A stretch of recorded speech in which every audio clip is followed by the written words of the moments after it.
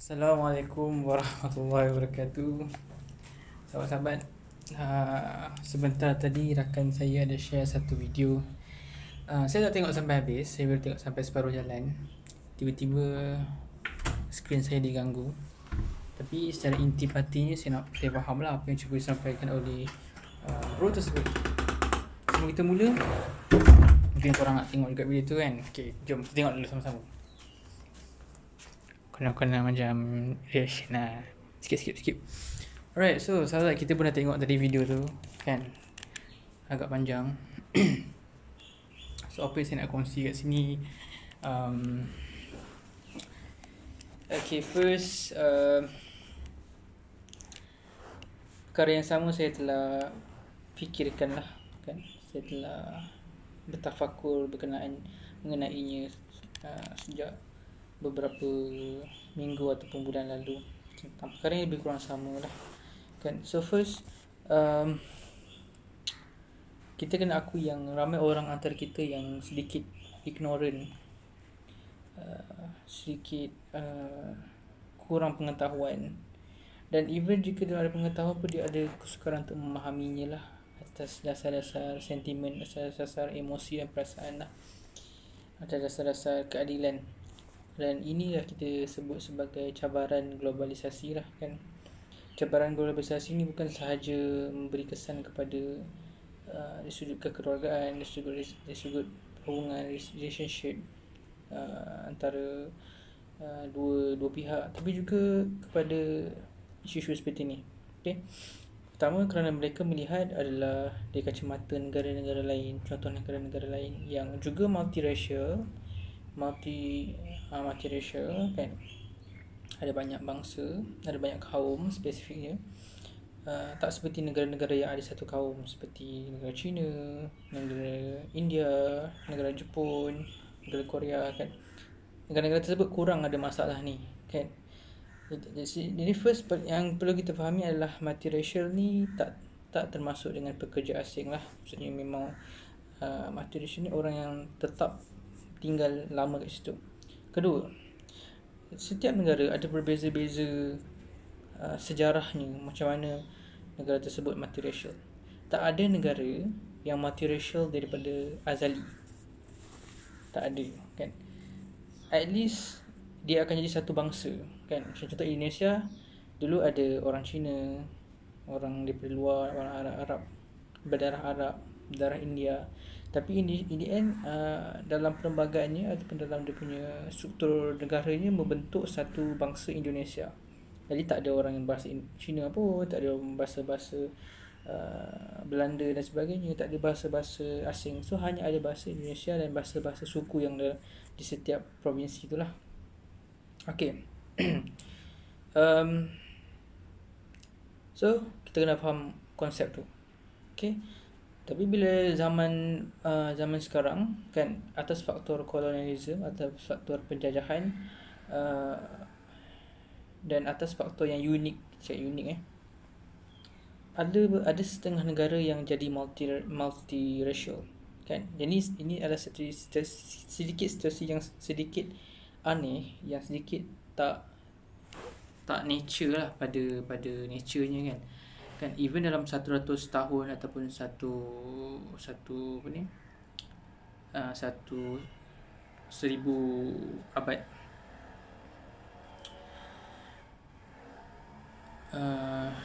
negara tu akan membentuk satu bangsa. Satu bangsa maksudnya satu ras, satu corak tubuh, corak muka dan sebagainya, satu bahasa, satu culture yang sama kan, yang sama. Contohnya culture barat, okay, muka semua orang putih, culture dia pun culture barat lah kan. China macam ni, India macam ni, Jepun macam ni, Korea macam ni, Filipina pun macam ni. So dia ada satu set. Okay. Tapi untuk multiracial ni, dia ada distinct perbezaan. Saya ambil contoh negara US. So ada white dengan black kan, orang berkulit gelap dengan orang berkulit putih kan, hitam atau putih tak kisahlah mana-mana kan. So saya tak nak ambil kira pasal isu sensitif terminologi, tapi saya nak sebut je lah apa yang kita perlu tahu. So kat situ dah ada satu perbezaan lah, warna kulit, cara bercakap pun kadang-kadang ada sedikit perbezaan, ada slang-slang dia yang boleh dibezakan. Cuma yang unik dia masih lagi bahasa Inggeris. Okay, banyak multiracial country, Malaysia antara yang paling unik. Sebab apa? Even kita panggil satu bangsa Malaysia, tapi dalam kaum-kaumnya tu dia ada bahasa yang tersendiri. Okay, first kita ambil contoh dekat US. Okay, muka sama tapi cakap bahasa muka lain-lain, lain-lain apa ni jenis lah, tapi bahasa sama, bahasa Inggeris.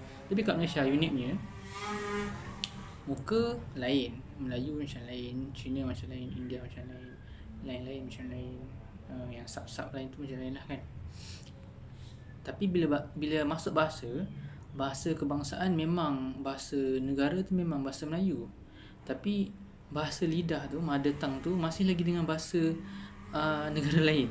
Kita cakap negara lain lah kan, sebab dia ada dia punya sejarah dia datang daripada negara lain. So kita cakap bahasa negara lain, yang mana sepatutnya dalam kebiasaan multiracial country lain, dia akan kekalkan bahasa tanah tersebut, bahasa tempat duduk tersebut. Contohnya dekat US bahasa Inggeris, dekat UK pun bahasa Inggeris kan. Even dah ada orang macam-macam orang datang kan, mix lah kan. Apa lagi? Saya kurang knowledge tentang multiracial country lah, tapi yang saya tahu Indonesia ada muka macam Cina sikit, ada muka gelap-gelap sikit. Itu maksudnya dia ada pencampuran kaum lah waktu zaman dulu. Tapi masih lagi bahasa yang sama, bahasa Indonesia kan. Even zaman sampai sekarang pun diorang tak ada isu sensitif sangat lah, bila diorang tahu ini Cina, ini Melayu, ini Bugis, ini Jawa, tapi diorang tak ada isu-isu sangat. Cumanya kat Malaysia ni unik. Unik. Sebabnya kita kembali kepada statement saya pada awal lah. Kita kena tahu sejarah dan kita tahu macam mana perlembagaan setiap negara tu berfungsi. So US berfungsi macam ni, Indonesia berfungsi macam ni, UK berfungsi gini, tapi Malaysia dia berfungsi macam mana. Itu cabaran globalisasi. Bila kita nak compare, sebab kita dapat lihat negara lain, tapi kita tak nak ambil knowledge daripada negara lain tu kan dah pelik kat situ. Kita nak compare, kita nampak secara fizikalnya negara lain macam mana, negara lain dapat apa dan sebagainya, tapi kita kena knowledge lah kenapa dia begitu, kenapa kita bukan begini, dan sejarah-sejarahnya macam mana, apa yang berlaku dalam proses tersebut. Untuk Malaysia, khasnya dalam perlembagaan, kita mengekalkan bahasa-bahasa masing-masing. Kita cakap kita tak seperti negara lain yang hapuskan terus bahasa, hapuskan terus identiti kan. Nak guna bahasa pun kat rumah je. Tak, kita bebas nak pakai kat awam boleh, nak pakai dekat sekolah-sekolah. Jenis kebangsaan pun ada jenis sekolah jenis kebangsaan. Itu uniknya Malaysia kan. Apa lagi? Jadi dalam perlembagaan tu kita kena study balik lah, ini adalah rule ataupun ini adalah perjanjian orang dulu. Kita tak boleh nak ubah macam tu saja. Kalau nak ubah pun kita kena bawa orang dulu, resurrect, datang, hidupkan semula dan discuss balik kan perjanjian. Mustahil. Ataupun kita tunggu satu zaman di mana peperangan and then orang attack, dan orang tu yang akan menjadi tuan tanah ke sini. Kat situ pun akan berubah. Kat situ pun tak ada chances lah untuk kita ada nak minta tuntut hak dan sebagainya. Alright. Itu secara sejarahnya. So sama juga kita bagi contoh. Contohnya tanah Melayu dulu jajahan sampai ke area Thailand, sampai ke area let's say Indonesia, sampai ke area Brunei, Singapore. Tapi apa yang berlaku penjajahan, berlaku perjanjian, berlaku penyerahan kawasan tanah jajahan. Kalau kita nak cakap kita nak claim tanah Melayu ni, boleh claim banyak tempat, tapi kita tak boleh sebab kita terikat dengan sejarah dan juga perjanjian kan. Sama juga kalau kita nak cakap tentang kita nak minta hak dekat negara yang kita duduk sekarang, kita tak boleh nak melakukan demikian kerana kita masih terikat di mana kita duduk dan atas perlembagaan apa yang kita pakai. Dan kita nak cakap adil tak adil itu hal lain. Kita cakap tentang perlembagaan. Kalau kita tahu perlembagaan, kita akan persoalkan kita dapat hak ataupun tidak. Kalau kita lihat secara menyeluruh, dan inilah satu isu yang sangat besar. Okay?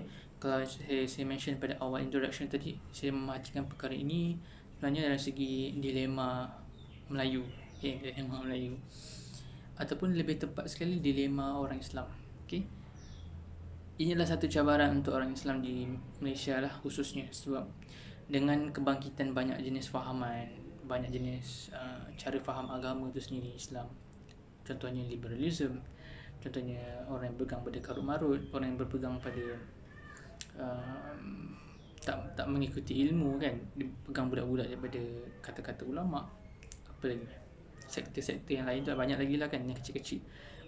Itu cabaran yang pertama. Cabaran kedua adalah negara Malaysia ni unik sebab dia bukan satu bangsa, dia bukan satu kaum, tapi dia banyak kaum. Dan banyak kaum tu dipecahkan. British buat pecah perintah kan, dia pecahkan. Kaum ni agama ni, kaum ni agama ni, kaum ni ada fahaman macam ni, kaum ni style macam ni, kaum ini culture macam ni. Itu cabaran untuk umat Islam dekat Malaysia lah. Khasnya majoriti yang Melayu. Itu cabaran dakwah lah kita panggil. Dan saya melihat bahawa perkara isu tadi, isu ketaksamarataan ataupun tak adil, kenapa dah ada orang Melayu dapat hak lebih dan sebagainya, itu sepatutnya benda yang sangat kecil jika umat Melayu, umat Islam mengetengahkan agama tu. Okay, saya tunjukkan ringkas sikit flow dia macam apa yang akan berlaku jika umat Islam ambil jalan dakwah ataupun ambil mesej Islam dengan benar, dengan tepat, dengan bersungguh-sungguh, sebarkan Islam di tanah Melayu, di Malaysia. Buat secara ni lah kan, dia mungkin bertahun-tahun, mungkin dia ambil masa lah kan, dia punya proses tu. InsyaAllah tak mustahil satu Malaysia ni boleh jadi Islam ataupun majoriti. Bukan Melayu saja, maksudnya kaum-kaum lain juga dapat merasakan nikmat keimanan, kenal Tuhan.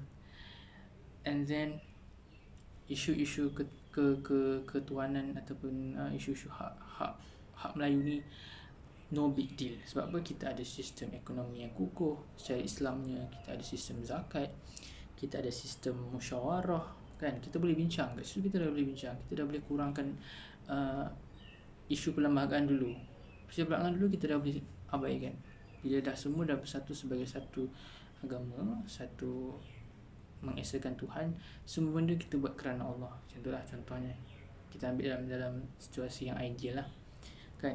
Dan ini adalah satu cabaran lah untuk Malaysia, untuk umat Islam di Malaysia. Setiap negara Islam di setiap negara, di negara-negara lain, setiap negara ada cabaran masing-masing, cabaran dakwah dia masing-masing, challenges dia masing-masing. Dan semua ni kita boleh belajar teknik ataupun pengajaran daripada Al-Quran juga, daripada cerita-cerita hadis sunnah Nabi. Okay, macam mana kita nak cope kan. Setiap negara ada cara dia. Jadi globalisasi ni juga peluang untuk kita lihat negara lain, macam mana negara lain apply, macam mana negara lain cope di situation, setiap situasi tu dalam kacamata mereka. Jadi untuk kita kena terbuka sikit minda, banyak belajar, banyak baca, jangan mengikut perasaan saja. Kita jangan rushing untuk benda yang baik. Ambil masa, sabar. Sesuatu yang baik tu perlukan masa untuk di bloomkan lah kan. Mungkin bukan generasi kita sekarang, mungkin generasi anak kita, mungkin generasi cucu-cucu kita, dan kita tak tahulah apa lagi cabaran yang akan datang. Cumanya kita tak perlu nak rushing. Kita boleh seeding, macam pokok kat luar ni saya tunjuk kan. Okay, ni pokok. Tu pokok tu. So baru-baru ni dia dah ditebang, dan bila ditebang tu dia nak keluar daun baru tu memang lambat lah.